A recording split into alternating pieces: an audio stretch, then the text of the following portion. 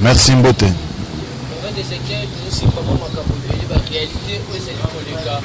La République démocratique du Congo, pour dire aux animaux, la mémoire directive, la politique, orientation pour des populations à Bissau va se retrouver. En fait, Ezekiel, il y a beaucoup de moments pendant que le président de la République a fait sa discours état de la nation à Sali, Cercueil, à Tchef Félix Tshisekedi, à Cercueil, à la Belgique, au Gabon. Bon, ça d'abord la forme de la folie.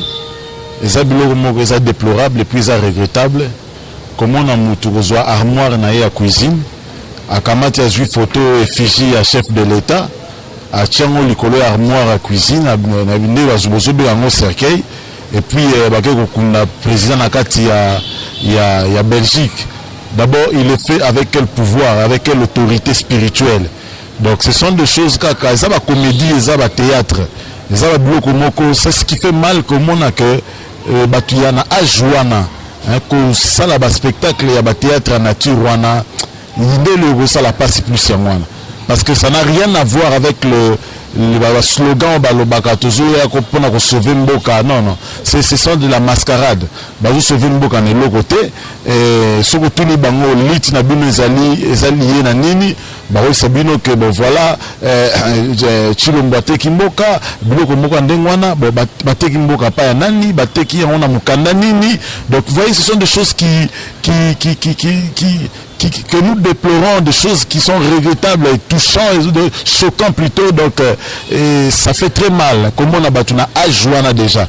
Je crois que ça bateau il fallait préparer plutôt retraite na bango que na kati ya âge ya retraite okomi kokota na kati ya scénario moko boye oyo eko aboutir ne loko moko te pe oyo ekopesa yo no litomba moko te. Donc je demande à mes bien-aimés de revenir à la raison, hein, revenir à la raison pour pour na bola na bango moko. Donc voilà. Par rapport à propos ya mwana mboka Martin Fayulu wa zonaki na mboka ya bakoko na dimanche na République démocratique du Congo. Par le biais de ça, discours à l'état de la nation le 30 décembre en tant que président élu de la République démocratique. Non, nous avons un seul président élu et le président que le peuple avait élu, c'est lui qu'on avait proclamé na CENI et puis confirmé na Cour constitutionnelle.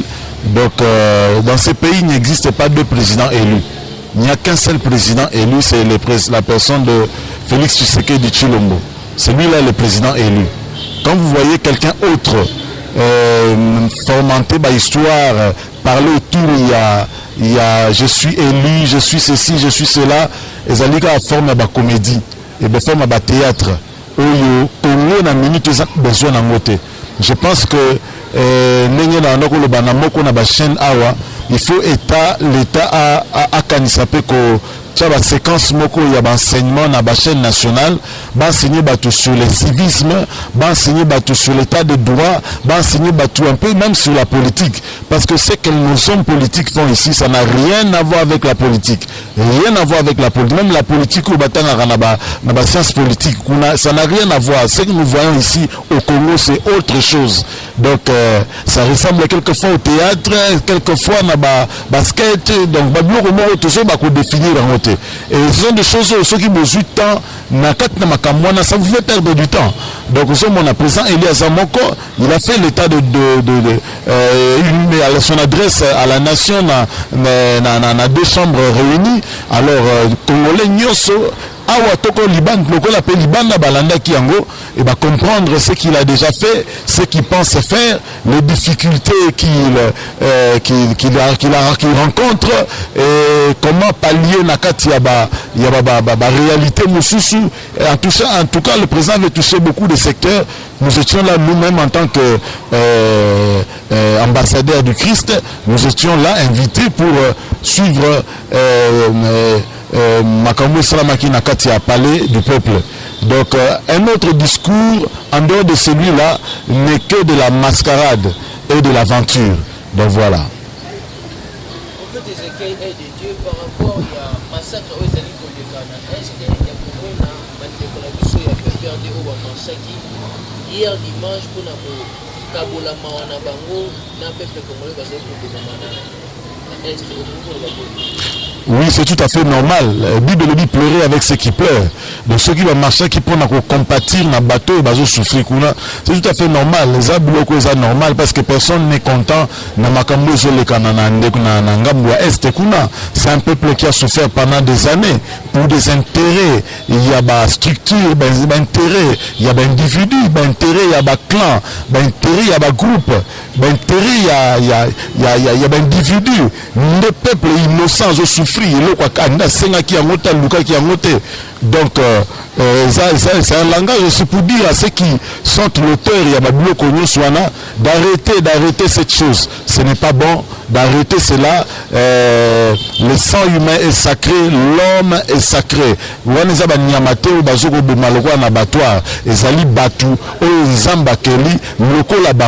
Donc ça ne sert à rien. Il y a cause d'intérêt. Il y a beaucoup de voies emprunter pour parvenir à sans que tuer peuple innocent. Donc ceux qui en rapport na Likambouana, nous saluons cette action.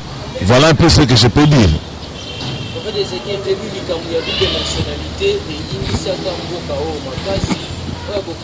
de la République dans le Congrès à l'ONU, les amis ont un problème de à cause de la double nationalité, ils ont un problème ils ont déjà haute trahison dans la constitution à Bissau comme la constitution lobby et que la nationalité congolaise est inclusive. Donc ce qu'on a la nationalité congolaise, vous voyez que je suis nationalité moussou. Non, en fait, ça trahison parce que le président Sengité Zalanéwana a proposé dans la chambre de revoir question. Et ça, il faut revoir ensemble, voir s'il faut toucher article pour nous permettre de la double nationalité. Le président ne s'est pas imposé dans ce sujet, mais ouvrir la brèche et ça ce sujet de réflexion approfondie. Parce que ce sont des gens qui ont des nationalités triple, donc ceux qui ont des bateaux de nationalité, la politique de nationalité belé. Donc le bâtiment dans la carte stratégie hypocrite voir s'asseoir autour d'une table, voir comment est-ce que qu'on répond à la situation pour éviter certaines situations, certains macambos nous sommes toujours au monde. L'embargo économique, c'est la République démocratique du Congo qui a déclaré. Oui, je dis ceci que c'est une bonne chose pour que le peuple congolais soit en face. Il y a koyeba nani azara congolais to nani aza congolais te nani alingaka Congo to nani alingaka Congo te nani alingi peuple congolais to nani alingi peuple congolais te. Allez-y comprendre. Demander une sanction économique na likolo ya Congo. Est-ce c'est le président Félix qui va souffrir ou c'est le peuple congolais qui va souffrir? Donc c'est pourquoi je t'ai dit tout ce que nous voyons ici aux politiciens, ça n'a rien à voir avec la politique, ils font autre chose. Et ça embrouille le peuple, le peuple n'a pas besoin de cet embrouillement-là. Le peuple a besoin de choses précises, le peuple a besoin que répondre à la préoccupation, à la situation, le peuple veut voir sa vie changer, il veut voir son quotidien changer, il veut voir sa vie épanouie. C'est ce que le peuple cherche. Donc, demander comme ça, heureusement, qu'ils allaient voir beaucoup, ils allaient entendu nulle part, même pas les oiseaux, vous allez à la mesure, vous allez voir la nature, il y a demande dans le Lengewana. Donc, c'est pourquoi je ne veux pas trop m'attarder sur ça. Mais je dis d'abord aux hommes politiques de notre pays, va comprendre et loko bazoluka, pour comprendre loko bango balingi. Le peuple congolais cherche quoi? Il veut être épanoui. Le peuple congolais veut le changement. Les politiciens, il faut comprendre et va travailler intelligence dans bango en rapport à la situation. Donc voilà. Félix Tshisekedi dit notre frère,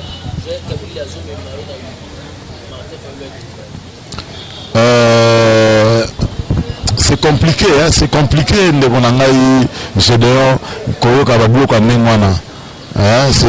C'est Joseph Kabila, c'est vrai, non? Il a démonté, il a fait quand même un bon temps à Katia. Il y a beaucoup mais habiter ceux qui vont balingi basa la nini. Alors tout ka nyusi na maboko nzambe pe justice eza wana. Ceux qui na babiloko bango basoko reprocher yé personnellement. Aibi banzela place d'exchange judiciaire ezali akende ko revoir problème o il y a zo ko reprocher dire que azoma président Félix na est-ce que le peuple Dieu soit landa bango bazana besoin ka bulo kandengo wana. Non, ça c'est pas ça la politique, c'est même pas ça être opposant. Ça c'est autre chose. Donc il faut peuple congolais fungola misu à comprendre que bayi politique na biso ya mboka Congo oyo basalaka ça n'a rien à voir avec la politique. Ils parlent au nom de la politique, mais ce qu'ils font là, ce n'est pas la politique. Ils parlent quelquefois au nom de j'ai entendu une personne qui a dit Dieu va défendre la situation ici, on a volé le pouvoir du peuple. Mais qui a volé le pouvoir du peuple? Quand vous dites des choses comme ça, vous moquez en réalité du peuple. Alors ceux qui se réjouissent de ce que le président fait, ceux qui sont contents de voir Félix à la tête de ce pays, ne sont-ils pas des peuples? Ce sont des moutons. Donc il faut pas instruire la chaîne nationale, pour insérer la séquence, il y a d'enseignement sur la politique, sur le civisme, et puis j'ajouterai encore, il faut un peu de religion et un peu du christianisme pour un peu ramener le pendule à l'heure. Depuis que le chef de l'État avait présidé ou convoqué tous les pasteurs pour l'ambassade de remarqué que l'inflammation monétaire, crise politique et côté makasi, lui était qui ce sont les jeux des hommes. Ce sont les jeux des hommes, mais ça va s'arrêter. Ça va s'arrêter, rassurez-vous, ça va s'arrêter. Et ce n'est pas que Dieu n'avait pas exaucé la prière. Dieu a exaucé la prière. C'est pour la première fois dans l'histoire du Congo, c'est pour la première fois au Congo que nous ayons un président qui met Dieu au centre de toutes choses. Ne pensez pas que Dieu laissera ses ennemis du Congo impunis comme ça. Non, ils seront punis. Et vous verrez dans quelques jours la rétribution de méchants et des ennemis du Congo. Le président met Dieu à sa place, c'est un peu ça ce qui a été le rêve d'Alain Moloto, la prophétie d'Alain Moloto et les prières d'Alain Moloto qui priait à chaque fois. Dieu mettra quelqu'un dans ce pays, un homme qui viendra mettre Dieu sur son trône, sur le trône de ce pays. Et Dieu a le trône de ce pays, Dieu a le contrôle, les recoins de ce pays. Donc Dieu contrôle toute chose est sous une haute contrôle de Dieu. Donc loko moko tezo ko échapper dans Nzambe. Makamwa mike wana, ce sont des choses des hommes, les jeux des hommes, et avec le temps, ndenge président Lobaki na biso attendons voir, il a dit que 2020 a décrété de grandes actions. Je considère que les Tchikolobana va figurer parmi ces actions où il va ramener un peu Makamnyoso dans le bon pour que le peuple ait à la satisfaire. Donc c'est nos hommes politiques, je les aime beaucoup, mais je leur demande d'avoir le souci du peuple. Cette mascarade-là de faire croire au peuple que nous avons tout votre souci, alors que la nuit, ils font autre chose. Ça, c'est un mensonge de l'enfer et Dieu va humilier de telles personnes. Prophète Ezekiel, tu comprends la souka ya année 2019 et la souka ya année de Satan a fait la télé pour enchaîner Penda, Baoba qui présenté. Moi, il a fait on a pas pour Penda Bazar, il est du Christ, moi directement. Oui, tout ça, la carte virage, moko ya munene. Virage oyo toza nango eza virage ya makambu ebele eza virage oyo ya makambu pe ebele ya mboka oyo toyebaki ya mabe tozokende na virage oyo po tokabwana na kati ya makambu wana. Voilà pourquoi je dis au peuple congolais de partout dans le monde toujours continuer la séquence na biso ya prière, ba moment na biso ya prière, jeûne et prière pour la nation. Toujours banango de minuit tina 12h tokati, minuit 12h tokati.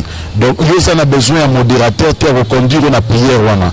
Même si il y a un retard, kotaka na kati ya programme wana soko lingi Congo ezalité ovanda ola muki na tongo o changer Congo kombo non joie attitude ya prière bisika pour osala soit en prière pour le Congo, prie pour le frère, ton frère congolais, ta soeur congolaise, prie pour le chef de l'État, prie pour l'épanouissement du Congo, prie pour le changement du Congo. Tout ça prier le 31 décembre. Donc tout ça continue à rallye prière de changement, prière de transformation pour notre pays, le Congo. soutenons le chef de l'État au travers de cette prière, où toujours ça la gêne de changement, gêne, il y a shift. Donc nous avons changé la donne, ma camozo changé.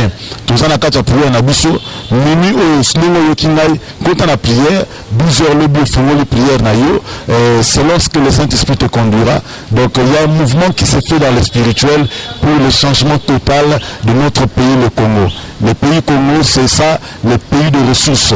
C'est le pays où tout le monde entier viendront se ressourcer. C'est le pays qui donnera la vie dans le monde. Et il y a un réveil qui va souffler dans les jours qui viennent. Ce réveil va partir de notre pays. Le réveil spirituel et ce réveil économique, ce réveil va sortir de notre pays, le Congo, et va bouger beaucoup de choses dans le monde. Et tous les gens vont accourir vers ces pays pour se ressourcer. Donc, dans le village, les makambo nous sont en sala. Donc, yo kota na prière, kolinato sala non partant. Nazo sakola pe ko baboué, yom tozola nangai. Na lobi aussi sané o katango na nzelate.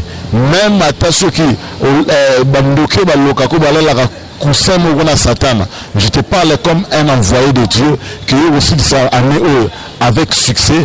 Pensamba go tambola na yo. Année 2020, ozokota nango na ba grandes actions. Action est belé, changement est belé, makambu belé à malamu nzamba osale la yo. Si vous en avez besoin de prière, tu es malade, tu as une situation difficile, compliquée, qui ne dit pas son nom, appelle-moi sur ce numéro, plus 243 82 00 56 610, plus 243 82 00 56 610. Quand tu m'appelles, en ce temps ici, je vais prier pour toi, tu vas vivre la puissance et la manifestation de la gloire de Dieu. Que Dieu te bénisse, toi qui me suis au travers de cette chaîne. Abonnez-vous massivement sur cette chaîne. Que Dieu bénisse mon frère journaliste Gédéon Souélé, vous qui me suivez de partout. Je vous dis qu'il fait beau vivre déjà au Congo. Dieu au contrôle et Dieu prend toutes choses entre ses mains. Que Dieu vous bénisse. Je dis shalom chez vous qui me suivez au moyen de vos petits écrans, vos portables téléphones. Voilà le message que je vous transmets. Eshima, votre magazine qui bat au rythme de l'actualité. Une réponse à vos besoins en information, un éclairage dans divers domaines. Impartial, documenté, instructif. Eshima au cœur de l'info. Retrouvez la nouvelle édition. Exclusivité, Sakombi Molendo, le réformiste qui vient stopper l'hémorragie, suspension des fonctionnaires peu intègre, numérisation des titres fonciers et climat de confiance avec les collaborateurs, le nouveau gestionnaire des terres congolaises fixe les nouvelles règles de jeu. Focus, Lambert Mindi, Omalanga, le souverainisme comme un dogme. Redressement délaissé, Tomaluaka Losenjola, l'homme de la situation. Dossier Eshima, fini les vacances, vive les rentrées. De la politique au judiciaire, en passant par les scolaires, les derniers trimestres de l'année 2019 en RDC est décoiffant. Économie, BCC, un cadre des rétrocommissions et détournements à passer au peine fin. Découverte, Claude Ibalanki et Colomba, les coordonnateurs du MNS au centre de l'action de Félix Tshisekedi dans le Grand Lac. Les dialogues et pourparlers en RDC qu'en tire le peuple. Tubaou, la clé de la mythologie kassaïenne. Retrouvez l'intégralité du magazine Eshima dans les kiosques. Eshima Magazine, un nouveau standard d'information.